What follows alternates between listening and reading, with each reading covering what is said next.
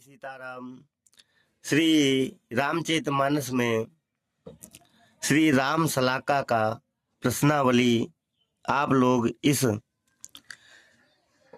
राम सलाका में अपने प्रश्नों का उत्तर पा सकते हैं। यहाँ पर लिखा है, मनसानुरागी महानुभावों को श्री राम सलाका का प्रश्नावली का विशेष परिचय देने की कोई आवश्यकता नहीं प्रतीत होती है। उसकी महत्ता एवं उपयोगिता से प्रायः सभी मानस प्रेमी परिचित होंगे। अतः नीचे उसका स्वरूप मात्र अंकित करके उससे प्रश्नोत्तर निकालने की विधि तथा उसके उत्तर फलों का उल्लेख कर दिया जाता है। श्री राम सलाका का प्रश्नावली का स्वरूप इस प्रकार है।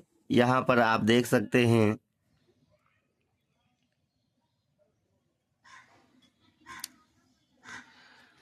इस राम सलाका का प्रश्नावली के द्वारा जिस किसी को जब कभी अपने अभीष्ट प्रश्न का उत्तर प्राप्त करने की इच्छा हो तो सर्वप्रथम उस व्यक्ति को भगवान श्री रामचंद्र जी का ध्यान करना चाहिए।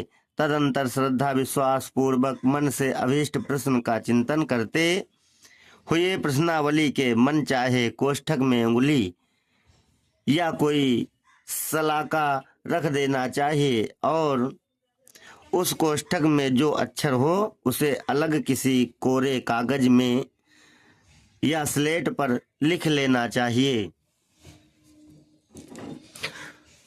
प्रश्नावली के कोष्ठक पर भी ऐसा कोई निशान लगा देना चाहिए जिससे तो प्रश्नावली गंदी ना हो और ना प्रश्नोत्तर प्राप्त होने तक वह कोष्ठक भूल जाए। अब जिस कोष्ठक का अक्षर लिख लिया गया हो उससे आगे बढ़ना चाहिए। नवे कोष्ठक में जो अक्षर पड़े उसे भी लिख लेना चाहिए।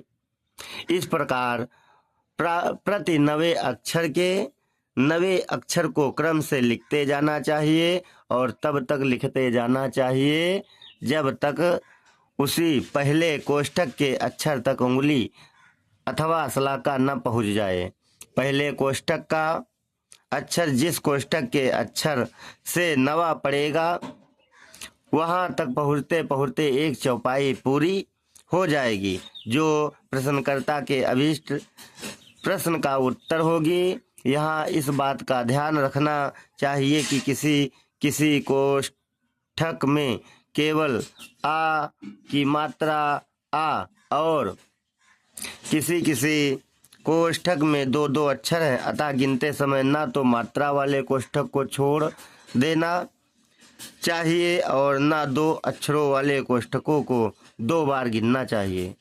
जहाँ मात्रा का कोष्ठक आवे वहाँ पूर्व लिखित अक्षरों के आगे मात्रा लिख लेना चाहिए और जहाँ दो अक्षरों वाला कोष्ठक आवे वहाँ दोनों अक्षर एक साथ लिख लेना चाहिए।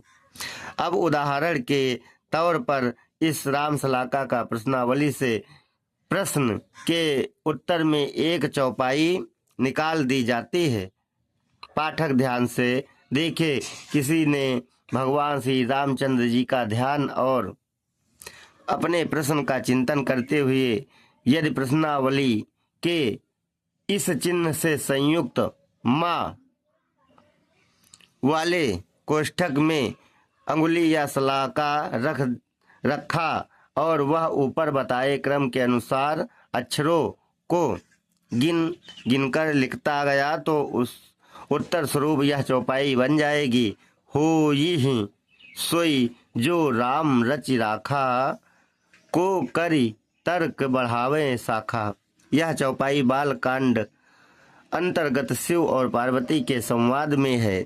उत्तर स्वरूप चौपाई से यह आशय निकालना चाहिए कि कार्य होने में संदेह है उसे भगवान पर छोड़ देना श्रेष्ठ कर है। इस चौपाई के अतिरिक्त श्री राम सलाका का प्रश्नावली से 8 चौपाइयाँ और बनती हैं। उन सबका स्थान और फल सहित उल्लेख नीचे किया जाता है। कुल 9 चौपाइयाँ हैं।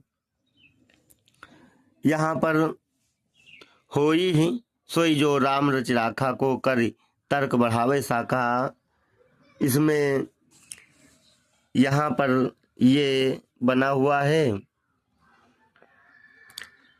एक कोष्ठक में निशान बना है और ये अक्षर लिखा हुआ है और इसके बाद यह चौपाई पूरी होगी।